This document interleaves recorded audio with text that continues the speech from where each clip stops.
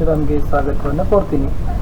ಕಲಿಕಾ ಚೇತರಿಕೆಯ ಸರಣಿಯಲ್ಲಿ 8ನೇ ತರಗತಿ ಕೋರ್ ವಿಷಯ ವಿಜ್ಞಾನದಲ್ಲಿ ಇವತ್ತು ಕಲಿಕಾ ಹಾಳೆ 5ರ ಉತ್ತರಗಳನ್ನು ನೋಡೋಣ. ಮೊದಲಿನ ಕಲಿಕಾ ಹಾಳೆಗಳ ಉತ್ತರ ನೋಡದೇ ಇದ್ರೆ ಈ ವಿಡಿಯೋದ ಡಿಸ್ಕ್ರಿಪ್ಷನ್ ಬಾಕ್ಸ್ನಲ್ಲಿ ಪ್ಲೇ ಲಿಸ್ಟ್ ಲಿಂಕ್ ಇದೆ. 8ನೇ ತರಗತಿ ವಿಜ್ಞಾನ ಕಲಿಕಾ ಹಾಳೆಗಳ ಉತ್ತರ ಅಂತ ಅದನ್ನು ಒತ್ತಿ ನೋಡ್ಬೋದು. ನಮ್ಮ ಯೂಟ್ಯೂಬ್ ಚಾನಲ್ ಮೂಲಕ ಹಿಂದಿ ಸಮಾಜ ವಿಜ್ಞಾನ ವಿಷಯದ ಕೂಡ ಒಂದು ಕಲಿಕಾ ಹಾಳೆಗಳ ಉತ್ತರಗಳಿದ್ದಾವೆ. ನೋಡಿ, ನಿಮ್ಮ ಫ್ರೆಂಡ್ ಸರ್ಕಲ್ಗೆ ಶೇರ್ ಮಾಡಿ. ಹೊಸಬರಾಗಿದ್ದರೆ ಸಬ್ಸ್ಕ್ರೈಬ್, ಜೊತೆಗೆ ನಮ್ಮ ಟೆಲಿಗ್ರಾಮ್ ಗ್ರೂಪ್ ಇದೆ, ಅದಕ್ಕೂ ಕೂಡ ತಾವುಗಳು ಬಂದು ಜಾಯ್ನ್ ಆಗಿ ಅಂತ ಹೇಳ್ತಾ ಶುರು ಮಾಡ್ತೀನಿ. ಕಲಿಕಾ ಹಾಳೆ 5ರ ಉತ್ತರಗಳು. ಮೊದಲಿಗೆ ನೆನಪಿರಲಿ, ಕಲಿಕಾಫಲ ಏನಿದೆ ಅಂತಂದರೆ ಕೃಷಿಯ ಹಂತಗಳನ್ನು ಸವಿವರವಾಗಿ ತಿಳಿತಕ್ಕಂಥ ಒಂದು ಚಟುವಟಿಕೆಗಳು ಈ ಕಲಿಕಾ ಹಾಳೆಗಳಲ್ಲಿ ಇದ್ದಾವೆ. ಕಲಿಕಾ ಹಾಳೆ 5 ಚಟುವಟಿಕೆ 1. ಕೊಟ್ಟಿರುವ ಚಿತ್ರಗಳನ್ನು ಬಳಸಿಕೊಂಡು ಬೆಳೆಯ ಉತ್ಪಾದನೆಯ ಹಂತಗಳನ್ನು ಬರೆಯಿರಿ ಅಂತ ಇದೆ. ಚಿತ್ರಗಳನ್ನು ಅವಲೋಕಿಸಿ. ಚಿತ್ರವನ್ನು ಅವಲೋಕಿಸಿದಾಗ ಬೆಳೆ ಉತ್ಪಾದನೆಯ ಹಂತಗಳು ಈ ರೀತಿಯಾಗಿ ನಮಗೆ ಉತ್ತರಗಳನ್ನು ನಾವು ಬರಿಬೋದು. ಮೊದಲನೇದಾಗಿ ಮಣ್ಣನ್ನು ಹದಗೊಳಿಸುವಿಕೆ, 2ನೇದು ಬಿತ್ತನೆ, 3ನೇದು ಸಾವಯವ ಗೊಬ್ಬರಗಳು ಮತ್ತು ರಸಗೊಬ್ಬರಗಳನ್ನು ಸೇರಿಸೋದು, 4ನೇದು ನೀರಾವರಿ, 5 ಬಂದ್ಬಿಟ್ಟು ಕಳೆಗಳಿಂದ ರಕ್ಷಣೆ ಇದೆ, 6ನೇದು ಕೊಯ್ಲು ಇದೆ, 7ನೇದು ಸಂಗ್ರಹಣೆ. ಇವು ಬೆಳೆಯ ಉತ್ಪಾದನೆಯ ಹಂತಗಳು ಆಗಿದ್ದವು. ಮುಂದೆ ಹೋಗುವ ಚಟುವಟಿಕೆ 2. ನಿನಗೆ ತಿಳಿದಿರುವ ಕೃಷಿ ಉಪಕರಣಗಳನ್ನು ಪಟ್ಟಿ ಮಾಡು. ಅವುಗಳ ಉಪಯೋಗಗಳನ್ನು ಹಿರಿಯರ ಸಹಾಯದಿಂದ ಕೇಳಿ ತಿಳಿದು ಬರಿ ಅಂತ ಇದೆ. ಕೃಷಿ ಉಪಕರಣಗಳನ್ನು ನೀವು ಹಿರಿಯರ ಸಹಾಯದಿಂದ ಕೇಳಿ ಅದರ ಉಪಯೋಗಗಳನ್ನು ಬರಿಬೇಕಿತ್ತು. ಉತ್ತರ ನೋಡೋದಾದರೆ ಮೊದಲಿಗೆ ನೇಗಿಲನ್ನು ಬಳಸ್ತಾರೆ. ನೇಗಿಲನ್ನು ಮಣ್ಣನ್ನು ತಿರುವಿ ಹಾಕಿ ಸಡಿಲಗೊಳಿಸಲಿಕ್ಕೆ ಬಳಸ್ತಾರೆ. ಎಡೆಕುಂಟೆ ಬಳಸ್ತಾರೆ. ಅದನ್ನು ಕಳೆಗಳನ್ನು ತೆಗಿಲಿಕ್ಕೆ ಮತ್ತು ಮಣ್ಣನ್ನು ಸಡಿಲಗೊಳಿಸಲಿಕ್ಕೆ ಬಳಸ್ತಾರೆ. ಕಲ್ಟಿವೇಟರ್ ಅಂತ ಬಳಸ್ತಾರೆ. ಅದನ್ನು ಉಳುಮೆ ಮಾಡಲು ಏನು ಮಾಡ್ತಾರಪ್ಪ ಅಂದ್ರೆ ಬಳಸ್ತಾರೆ. ಇವು ಬಳಸ್ತಕ್ಕಂಥ ಕೃಷಿ ಉಪಕರಣಗಳ ಆಗಿತ್ತು ಮತ್ತು ಅದರ ಉಪಯೋಗಗಳು. ಚಟುವಟಿಕೆ ಮತ್ತೆ ಮುಂದೆ ಇದೆ. ಕೊಟ್ಟಿರುವ ಕೃಷಿ ಸಲಕರಣೆಗಳ ಚಿತ್ರಗಳನ್ನು ವೀಕ್ಷಿಸಿ ಹೆಸರು ಬರೆಯಿರಿ, ಅದರ ಕಾರ್ಯಗಳನ್ನು ಪಟ್ಟಿ ಮಾಡಿ ಅಂತ ಇದೆ. ಫಸ್ಟ್ ಚಿತ್ರದಲ್ಲಿ ನೋಡಿ, ಇದನ್ನು ಏನಂತ ಕರೀತಾರೆ ಅಂತಂದರೆ ನೇಗಿಲು ಅಂತ ಕರೀತಾರೆ. ಅದನ್ನು ಮಣ್ಣನ್ನು ಉಳುಮೆ ಮಾಡಲಿಕ್ಕೆ ಮತ್ತು ಬೆಳೆಗೆ ಗೊಬ್ಬರಗಳನ್ನು ಹಾಕಲಿಕ್ಕೆ ಅದನ್ನು ಬಳಸ್ತಾರೆ. ಇನ್ನು 2ನೇ ಚಿತ್ರ ವೀಕ್ಷಿಸಿ. ಈ ಚಿತ್ರದಲ್ಲಿ ಇರ್ತಕ್ಕಂಥದ್ದು ಏನಿದೆ ಅಂತಂದರೆ ಅದನ್ನು ಕೂರಿಗೆ ಅಂತ ಕರೀತಾರೆ. ಅದನ್ನು ಬಿತ್ತನೆ ಮಾಡಲಿಕ್ಕೆ ಏನು ಮಾಡ್ತಾರಪ್ಪ ಅಂದರೆ ಬಳಸ್ತಾರೆ. 3ನೇದಿದೆ ನೋಡಿ, ಇದನ್ನು ಟ್ರ್ಯಾಕ್ಟರ್ ಸಹಿತ ಕಲ್ಟಿವೇಟರ್ ಅಂತ ಕರೀತಾರೆ. ಅದನ್ನು ಕೂಡ ಉಳುಮೆ ಮಾಡಲಿಕ್ಕೆ ಏನು ಮಾಡ್ತಾರಪ್ಪ ಅಂದರೆ ಬಳಸ್ತಾರೆ. ಇನ್ನು 4ನೇ ಚಿತ್ರದಲ್ಲಿ ಇದೆಲ್ಲ, ಇದನ್ನು ಏನಂತ ಕರೀತಾರೆ, ಎಡೆಕುಂಟೆ ಅಂತ ಕರೀತಾರೆ. ಇದನ್ನು ಸಹಿತ ಕಳೆಗಳನ್ನು ತೆಗಿಲಿಕ್ಕೆ ಮತ್ತು ಮಣ್ಣನ್ನು ಸಡಿಲ ಮಾಡಲಿಕ್ಕೆ ಏನು ಮಾಡ್ತಾರಪ್ಪ ಅಂದರೆ ಬಳಸ್ತಾರೆ.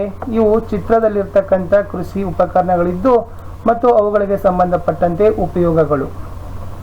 ನೆಕ್ಸ್ಟ್ ಮುಂದೆ ಚಟುವಟಿಕೆ 3. ಪುಟ ಸಂಖ್ಯೆ 11, 12 ಅಭ್ಯಸಿಸಿ. ಸುಗಮಕಾರರ ನೆರವಿನಿಂದ ಕೆಳಗಿನ ಚಿತ್ರದಲ್ಲಿ ಕೆಲವು ನೀರಾವರಿ ಪದ್ಧತಿಗಳಿವೆ, ಅವುಗಳನ್ನು ಹೆಸರಿಸುವಂತ ಕೊಟ್ಟಿದ್ದಾರೆ. ಈ ಮೊದಲ ನೀರಾವರಿ ಚಿತ್ರ ಇದೆಯಲ್ಲ, ಆ ನೀರಾವರಿಗೆ ಸಂಬಂಧಪಟ್ಟಂತೆ ಯಾವ ಪದ್ಧತಿ ಅಂತ ಹೇಳಿದ್ರೆ ಅದನ್ನ ಅಗಳು ಅಂತ ಕರೀತಾರೆ. ಇನ್ನು 2ನೇ ಚಿತ್ರ ಇದೆ ನೋಡಿ, ಇದನ್ನ ಏನಂತ ಕರೀತಾರಪ್ಪ ಅಂತಂದ್ರೆ ಸರಪಳಿ ಪಂಪು ಅಂತ ಕರೀತಾರೆ. ಇನ್ನು 3ನೇದಿದೆ ನೋಡಿ, ಈ ಚಿತ್ರದಲ್ಲಿ ಇರ್ತಕ್ಕಂಥದ್ದು ಏತ ನೀರಾವರಿ ಅಂತ ಕರೀತಾರೆ. 4ರಲ್ಲಿರ್ತಕ್ಕಂಥದ್ದು ಇದನ್ನ ರಾಹಟ್ ಅಂತ ಕರೀತಾರೆ. ಇನ್ನು 5ನೇ ಚಿತ್ರದಲ್ಲಿರ್ತಕ್ಕಂಥದ್ದು ಇದನ್ನ ಹನಿ ನೀರಾವರಿ ಅಂತ ಕರೀತಾರೆ. ಇನ್ನು ಚಿತ್ರ 6ರಲ್ಲಿ ಇದೆಲ್ಲ, ಇದನ್ನ ಏನಂತ ಕರೀತಾರೆ, ತುಂತುರು ನೀರಾವರಿ ಅಂತ ಕರೀತಾರೆ. ಚಟುವಟಿಕೆ 4. ಚಟುವಟಿಕೆ 4 ಏನಿದೆ ಅಂದರೆ ಪಠ್ಯ ಪುಸ್ತಕದ ಪುಟ ಸಂಖ್ಯೆ 8, ಚಟುವಟಿಕೆ 1.2. ಆ ಚಿತ್ರದಲ್ಲಿ ತೋರಿಸಿದಂತೆ ಪ್ರಯೋಗ ಮಾಡಿ ತಿಳಿದು ಬರುವ ಅಂಶಗಳನ್ನು ಬರೆಯಿರಿ ಅಂತ ಕೇಳಿದರೆ ಕೆಲವು ಪ್ರಶ್ನೆಗಳ ಸಹಿತ ಇದ್ದಾವೆ. ಓಕೆ, ತಾವುಗಳು ಏನು ಮಾಡಬೇಕು, ಪೇಜ್ ನಂಬರ್ 8ಕ್ಕೆ ಹೋಗಿ ಚಟುವಟಿಕೆ 1.2 ಚೆನ್ನಾಗಿ ನೋಡಿ. ಅದನ್ನು ತಾವು ಮನೆಯಲ್ಲಿ ಪ್ರಯೋಗವನ್ನು ಮಾಡಿದ್ದೆ ಆದರೆ ಅಲ್ಲಿ ಕೆಲವೊಂದಿಷ್ಟು ಅಂಶ ಇದ್ದಾವೆ, ಪ್ರಶ್ನೆಗಳಿದ್ದಾವೆ, ಅವುಗಳಿಗೆ ಉತ್ತರಗಳನ್ನು ಬರಿಬಹುದು. ನೋಡುವ ಫಸ್ಟ್ ಕ್ವಶನ್ ಏನಿದೆ ಅಂದರೆ, ಎಲ್ಲ ಲೋಟದಲ್ಲಿ ಎಲ್ಲ ಸಸ್ಯಗಳು ಏಕ ರೀತಿಯಲ್ಲಿ ಬೆಳೆದಿವೆಯೇ? ABC ಲೋಟದಲ್ಲಿ 3 ಪ್ರಕಾರದ ಸಸ್ಯಗಳು ಒಂದೇ ತರನಾಗಿ ಬೆಳೆದಿವೆಯೇ? ಇಲ್ಲ, ಬೇರೆ ಬೇರೆ ರೀತಿಯಾಗಿ ಬೆಳೆದಿರ್ತವೆ. ಪ್ರಶ್ನೆ 2. ಯಾವ ಲೋಟದಲ್ಲಿ ಸಸ್ಯಗಳ ಬೆಳವಣಿಗೆ ಉತ್ತಮವಾಗಿದೆ? ಅದನ್ನು A ಲೋಟ, ಯಾಕಂದರೆ ಇಲ್ಲಿ ಸಾವಯವ ಗೊಬ್ಬರವನ್ನು ಹಾಕಿದ್ದಾರೆ.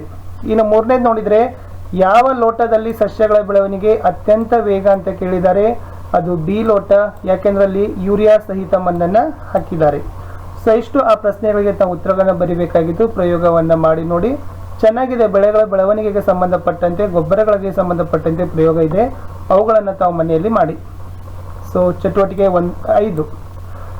ಪ್ರಶ್ನೆ ನೋಡಿ, ಬೇಸಿಗೆಯಲ್ಲಿ ಸಸ್ಯಗಳಿಗೆ ನೀರೊದಗಿಸುವ ಆವರ್ತನವು ಅತಿ ಹೆಚ್ಚು ಏಕೆ ಅಂತ ಕೇಳಿದ್ದಾರೆ. ಬೇಸಿಗೆಯಲ್ಲಿ ಸಸ್ಯಗಳಿಗೆ ನೀರು ಒದಗಿಸಬೇಕಾದ್ರೆ ಆವರ್ತನ ದರ ಹೆಚ್ಚಿರ್ತದೆ ಏಕೆ ಅಂತ ಕೇಳಿದ್ದಾರೆ. ಉತ್ತರ ಬಂದುಬಿಟ್ಟು ವಿದ್ಯಾರ್ಥಿಗಳೇ, ಮಣ್ಣು ಮತ್ತು ಎಲೆಗಳಿಂದ ನೀರಿನ ಆವಿಕರಣದ ದರ ಹೆಚ್ಚಾಗಿರುತ್ತದೆ. ಸೊ ಏನಾಗ್ತದಪ್ಪ ಅಂದ್ರೆ ಆವಿಕರಣದ ದರ ಹೆಚ್ಚಾಗಿರೋದ್ರಿಂದ ಸೊ ಅಲ್ಲಿ ಬೇಸಿಗೆಯಲ್ಲಿ ನಾವು ಸಸ್ಯಗಳಿಗೆ ನೀರೊದಗಿಸೋದು ಅತಿ ಹೆಚ್ಚಿನ ಪ್ರಮಾಣದಲ್ಲಿ ಇರ್ತದೆ ಅಂತ ಹೇಳ್ಬೋದು. ಇನ್ನು ನನ್ನ ತಿಳುವಳಿಕೆಯನ್ನು ನಾನೇ ಪರಿಶೀಲಿಸಿಕೊಳ್ತೇನೆ ಅಂತಕ್ಕಂಥಲ್ಲಿ ಒಂದು 3 ಪ್ರಶ್ನೆಗಳಿದ್ದಾವೆ, ನೋಡುವ. ಹೆಚ್ಚಿನ ಜನಸಮೂಹಕ್ಕೆ ಆಹಾರವನ್ನು ಹೇಗೆ ಒದಗಿಸಲಾಗುತ್ತದೆ ಅಂತ ಕೇಳಿದ್ದಾರೆ. ಉತ್ತರ ಬಂದ್ಬಿಟ್ಟು ನವೀನ ಆಹಾರ ಪದ್ಧತಿಗಳು.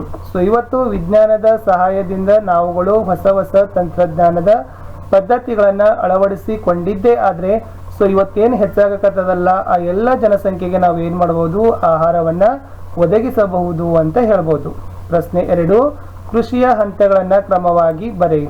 ನಾವು ಕೃಷಿ ಮಾಡಬೇಕಾದ್ರೆ ಅಲ್ಲಿರ್ತಕ್ಕಂಥ 7 ಹಂತಗಳನ್ನು ಕ್ರಮವಾಗಿ ಹೆಸರಿಸಬೇಕು. ವಿದ್ಯಾರ್ಥಿಗಳೇ, ಮೊದಲ ಹಂತ ಬರ್ತಕ್ಕಂಥದ್ದು ಮಣ್ಣನ್ನು ಹದಗೊಳಿಸುವಿಕೆ. ಮಣ್ಣನ್ನು ಹದಗೊಳಿಸುವಿಕೆ ನಂತರ 2ನೇ ಹಂತ ಬಿತ್ತನೆಯ ನಂತರ ಬಳಸ್ತಕ್ಕಂಥದ್ದು ಸಾವಯವ ಗೊಬ್ಬರಗಳು ಮತ್ತು ರಸಗೊಬ್ಬರಗಳನ್ನು ಸೇರಿಸೋದು. 4ನೇದು ಏನು ಮಾಡ್ತಾರೆ, ನೀರಾವರಿ ಪದ್ಧತಿ. 5ನೇದು ಇರ್ತಕ್ಕಂಥದ್ದು ಕಳೆಗಳಿಂದ ರಕ್ಷಣೆ ಮಾಡ್ತಾರೆ. 6ರಲ್ಲಿ ಬಂದ್ಬಿಟ್ಟು ಕೊಯ್ಲು ಮಾಡಿದರೆ 7ರಲ್ಲಿ ಏನು ಮಾಡ್ತಾರಪ್ಪ ಅಂದ್ರೆ ಸಂಗ್ರಹಣೆಯನ್ನು ಮಾಡ್ತಾರೆ. ಇವು ಕೃಷಿಯ ಹಂತಗಳು ನಾವು ಏನು ಮಾಡ್ತೀವಪ್ಪ ಅಂದ್ರೆ ಕ್ರಮವಾಗಿ ಇದ್ದಾವೆ. ಮಣ್ಣನ್ನು ಹದಗೊಳಿಸುವಿಕೆಯಿಂದ ಹಿಡಿದು ಬೆಳೆಗಳ ಸಂಗ್ರಹವರೆಗೂ ಕೂಡ ತಾವು ಹಂತಗಳನ್ನು ಏನು ಮಾಡಬೇಕು, ಕ್ರಮವಾಗಿ ಬರಿಬೇಕಿತ್ತು. ಮುಂದಿನ ಪ್ರಶ್ನೆ ಪ್ರಶ್ನೆ 3, ನೀರಾವರಿಯ ಪ್ರಾಮುಖ್ಯತೆಯನ್ನು ಬರೆಯಿರಿ ಅಂತ ಇದೆ. ಹಾಗಾದ್ರೆ ನೀರಾವರಿ ಯಾಕೆ ಬೇಕು? ಸೊ ಫಸ್ಟ್ ಹೇಳೋದಾದ್ರೆ ವಿದ್ಯಾರ್ಥಿಗಳಿಗೆ, ಬೆಳೆಗಳಿಗೆ ನಿಯತ ಕಾಲದಲ್ಲಿ ನೀರನ್ನು ಒದಗಿಸಲು. ಸೊ ನಾವು ಬೆಳೆಗಳಿಗೆ ಸೊ ಆಯಾ ಕಾಲಮಾನದಲ್ಲಿ ಆಯಾ ಒಂದು ವೇಳೆಯಲ್ಲಿ ಸಮಯದಲ್ಲಿ ನಾವು ನೀರನ್ನು ಒದಗಿಸಲೇಬೇಕಾದ್ರೆ ನಮಗೆ ನೀರಾವರಿ ಅತಿ ಸಸ್ಯಗಳ ಸಮರ್ಪಕ ಬೆಳವಣಿಗೆ ಮತ್ತು ವಿಕಾಸಕ್ಕೆ. ನೋಡಿ, ಸಸ್ಯಗಳು ಏನು ಅವು ಕರೆಕ್ಟ್ ಟೈಮಿಗೆ ಬೆಳಿಬೇಕು ಮತ್ತು ಚೆನ್ನಾಗಿರ್ತಕ್ಕಂಥ ಇಳುವರಿಯನ್ನು ಸಹಿತ ನಮ್ಗೆ ಏನು ಮಾಡಬೇಕಾಗ್ತದಪ್ಪ ಅಂದ್ರೆ ಕೊಡಬೇಕಾಗ್ತದ. ಆಯಾ ಸಮಯಕ್ಕೆ ಅನುಗುಣವಾಗಿ ಬೆಳವಣಿಗೆಯನ್ನು ಹೊಂದಲು, ವಿಕಾಸವನ್ನು ಹೊಂದಲು ನೀರಾವರಿ ಬೇಕು. ಇನ್ನು 3ನೇದು ಏನು ಹೇಳ್ತಾರೆ ಅಂದ್ರೆ ಬೆಳೆಗಳ ರಕ್ಷಣೆಗೂ ಕೂಡ ಸಹಕಾರಿಯಾಗಿದೆ. ಕೆಲವೊಂದಿಷ್ಟು ಶೀತ ಗಾಳಿ ಬರ್ತದೆ, ಬಿಸಿ ಗಾಳಿ ಬರ್ತವೆ, ಅದರಿಂದ ಎಲ್ಲವನ್ನು ಕೂಡ ರಕ್ಷಣೆಯನ್ನು ಸಹಿತ ನೀರಾವರಿ ಪದ್ಧತಿಗಳನ್ನು ಮಾಡ್ತಾರೆ ಅಂತ ಹೇಳ್ತೀವಿ. ಇಷ್ಟಿತ್ತು ವಿದ್ಯಾರ್ಥಿಗಳೇ ಕಲಿಕಾ ಹಾಳೆ 5ರಲ್ಲಿ ಇರ್ತಕ್ಕಂಥ ಚಟುವಟಿಕೆಗಳು, ಅಭ್ಯಾಸ, ಅದಕ್ಕೆ ಸಂಬಂಧಪಟ್ಟಂತೆ ಉತ್ತರಗಳು. ವಿಡಿಯೋ ಇಷ್ಟ ಆಗಿದೆ ಅಂತ ಅನ್ಕೊಂಡಿದ್ದೀನಿ. ವಿಡಿಯೋ ಇಷ್ಟ ಆದರೆ ಒಂದು ಲೈಕ್ ಮಾಡಿ, ನಿಮ್ಮ ಫ್ರೆಂಡ್ ಸರ್ಕಲ್ಗೆ ಶೇರ್ ಮಾಡಲು ಮರೆಯದಿರಿ. ಸೊ ಮತ್ತೆ ಸಿಗ್ತೀನಿ ಕಲಿಕಾ ಹಾಳೆ ಮುಂದೆ ಮತ್ತು ಮುಂದಿನ